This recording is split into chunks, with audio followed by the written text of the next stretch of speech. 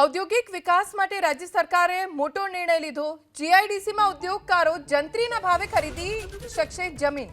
પછાત વિસ્તારમાં જંત્રીના ભાવે ઉદ્યોગકારો જમીન ખરીદી શકશે। મધ્યમ વિસ્તારમાં જંત્રીના 25% વધુ ભાવે ઉદ્યોગકારો જમીન ખરીદી શકશે। વિકસિત વિસ્તારમાં જંત્રીના 50% વધુ ભાવે ઉદ્યોગકારો જમીનની ખરીદી કરી શકે છે। સરકારે આ નિર્ણય લીધો છે ઉદ્યોગકારોના હિતમાં।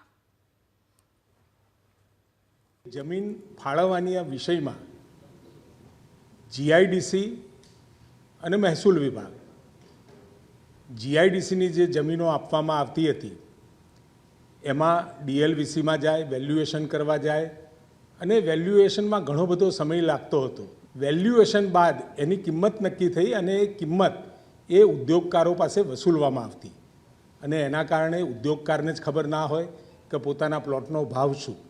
એટલે એક સ્થાયી નીતિ માટે 278 તાલુકાઓની અંદર 3 ભાગમાં એને વિભાજિત કરવામાં આવ્યા છે। બિલકુલ પછાત વિસ્તાર, મધ્યમ વિસ્તાર અને ઔદ્યોગિક વિસ્તાર, જે સૌથી વધારે પછાત ગણાતા એવા વિસ્તારોમાં, પાછળ રહી ગયેલા વિસ્તારોમાં જંત્રીના જે તે જંત્રી હયાત હોય, અમલ હોય એના એ ભાવે, એટલે કે એ જ ગણા ભાવે, 1 ગણા ભાવે, તેમજ મધ્યમ હોય ત્યાં 1.25 ગણા ભાવે અને જ્યાં વિકસિત વિસ્તાર હોય ત્યાં 1.5 ભાવે જંત્રીની કિંમત નક્કી કરવાનું આજે કેબિનેટે ઠરાવ્યું છે।